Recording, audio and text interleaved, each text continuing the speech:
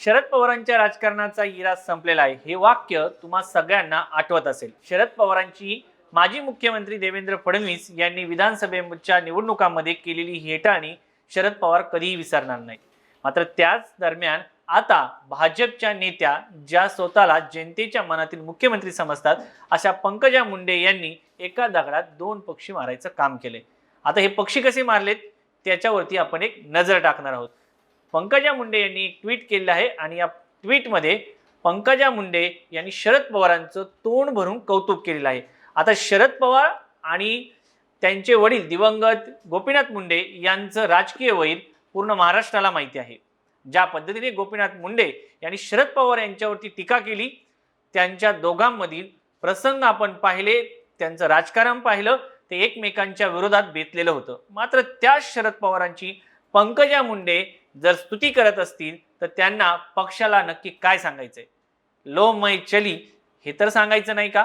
कारण त्यांच्याच पक्षातील ओबीसी नेते एकनाथ खडसे यांनी नुकताच भाजपला रामराम करत शरद पवारांच्या पक्षाचं घड्याळ हातात घातलेलं आहे। विशेष बाब म्हणजे दसरा मेळाव्याला त्यांनी शरद पवारांवरती माझा विश्वास आहे असं म्हणत एक प्रकारे शरद पवारांची स्तुती केली।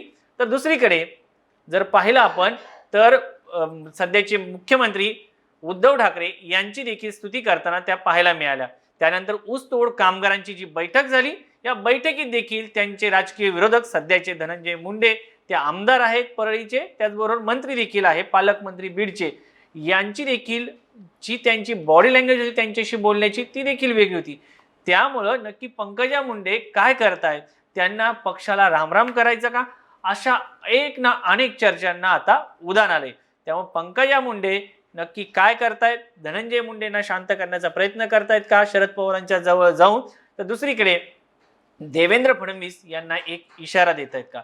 शरद पवारांच्या या सगळ्या गुगलीमध्ये आणि पंकजा मुंडे यांच्या एका ट्विटमुळे राजकीय चर्चेला उधाण आलेलं आहे। या राजकीय चर्चेचा नक्की अर्थ काय होतो? या राजकीय घडामोडीबाबत तज्ञांना काय वाटतं या संदर्भात आपण माहिती घेणार आहोत। नमस्कार, मी शिवाजी काळे, आपण पाहताय मॅक्स महाराष्ट्र।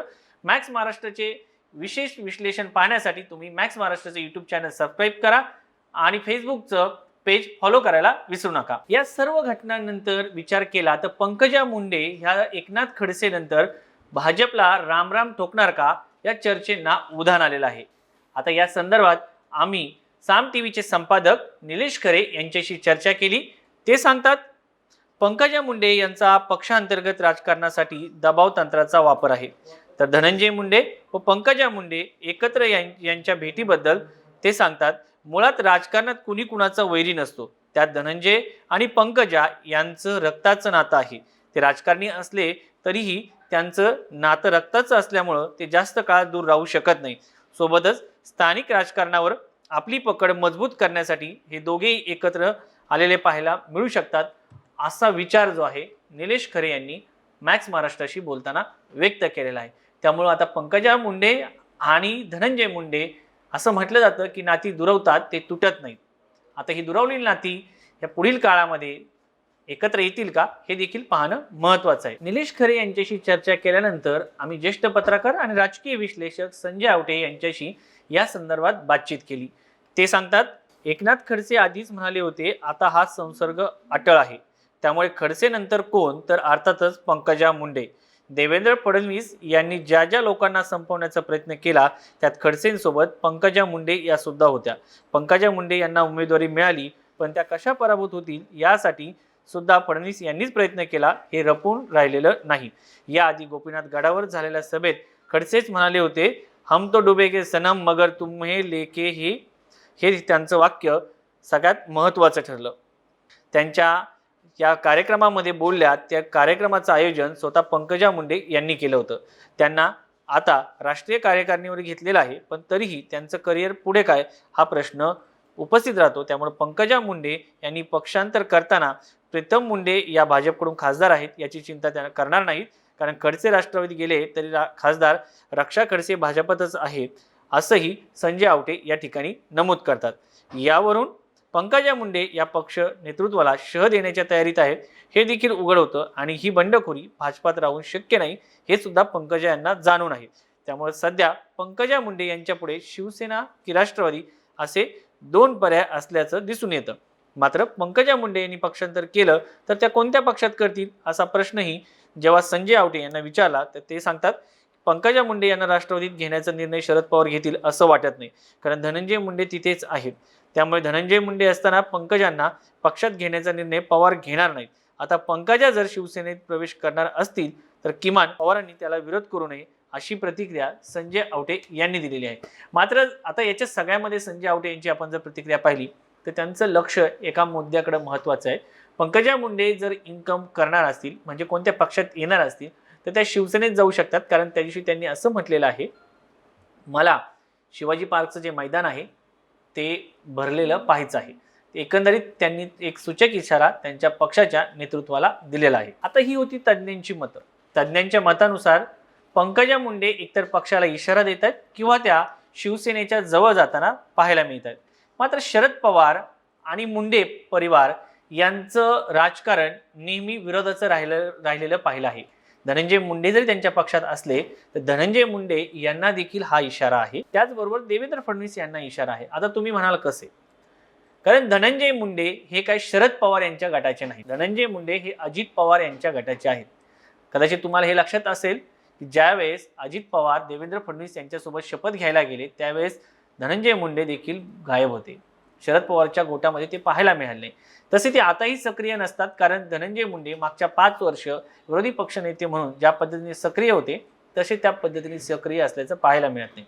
आता हे जे आहे एकंदरीत पाहिलं तर अजित पवार यांच्या गटाचे असलेले धनंजय मुंडे यांना देखील एक प्रकारे शरद पवारांनी आणि पंकजा मुंडे यांनी मिळून दिलेला हा इशारा असू शकतो.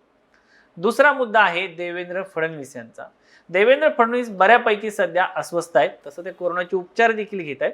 त्यांना लवकरच बरं लागो. मात्र त्यांचे जे राजकारणाचे पैलू आहेत, त्यांनी ज्या ज्या पक्षातून माणसांना घेतलं त्यांना मतं त्यांना मिळाली, मात्र त्यांना पदही दिली. आता स्वतःच्या पक्षातील जे नेते होते ते दुरावले गेले का हा एक प्रश्न आहे.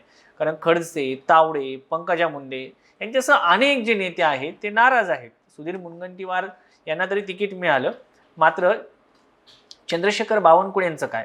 असे एक ना अनेक नेते सध्या नाराज आहेत. त्यामुळं या नाराजीचा फायदा घेत पंकजा मुंडे त्यांच्यावरती पर्यायाने पक्षावरती दबाव टाकत आहेत.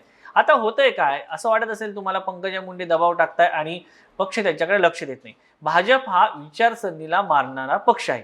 त्या पक्षामध्ये ज्या नेत्यांना पदं दिली जातात ते विचारसरणीशी घट्ट त्यांची नाळ जोडलेली असते. ते कट्टर असतात असं म्हटलं तर चुकीचं ठरणार नाही.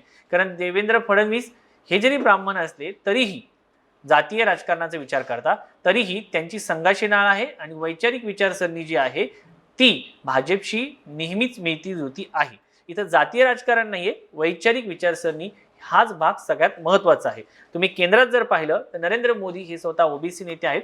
अनेक राज्यामध्ये भाजपने ओबीसी नेते मुख्यमंत्री म्हणून दिलेले आहेत. मात्र त्यांचं पक्षाची जी नाळ आहे ती घट्ट जुळलेली असल्याचं पाहायला मिळतं. म्हणजे तिकडे शिवराज सिंग चौहान असो किंवा आपल्या राज्याचे माजी मुख्यमंत्री देवेंद्र फडणवीस असो, तसं पंकजा मुंडे यांनी त्यांच्या पक्षाची विचारसरणी याच्यामध्ये नेहमीच आपल्याला अंतर पाहायला मिळतं. म्हणजे गोपीनाथ मुंडे जरी होते किंवा अण्णा डांगे होते किंवा आता गेलेले एकनाथ खडसे होते, यांची वैचारिक जी बांधणी होती ही पक्षाशी निगडीत होती का असं म्हणणं विचार करणं गरजेचं आहे. कारण होतं कसं की हे जे नेते आहेत हे ओबीसी, याचा अर्थ ओबीसी नेते म्हणजे थोडक्यात यांचं आणि जातीचं राजकारण पाहायला मिळतं.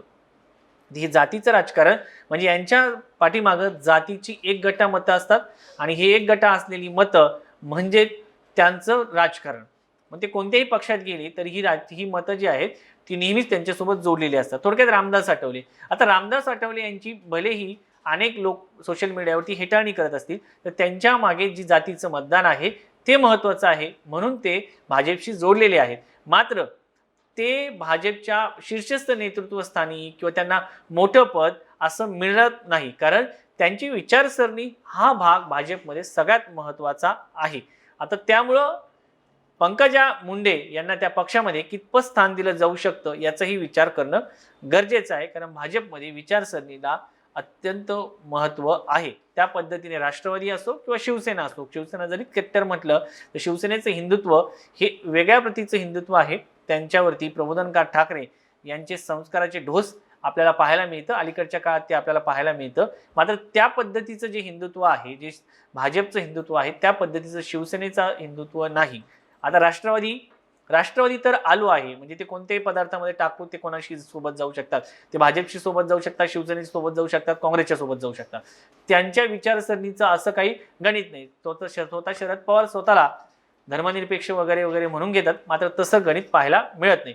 त्यामुळे पंकजा मुंडे ज्या आहेत त्या बऱ्यापैकी कोणासोबत कोणत्या पक्षासोबत जाऊ शकतात, ते जर गणित पाहायचं असेल तर साधारणपणे ते शिवसेनेसोबत जाऊ शकतात. त्याच पद्धतीने त्यांनी शिवसेनेचे मुख्यमंत्री आहेत सध्याचे उद्धव ठाकरे, त्यांची स्तुती देखील केली आहे.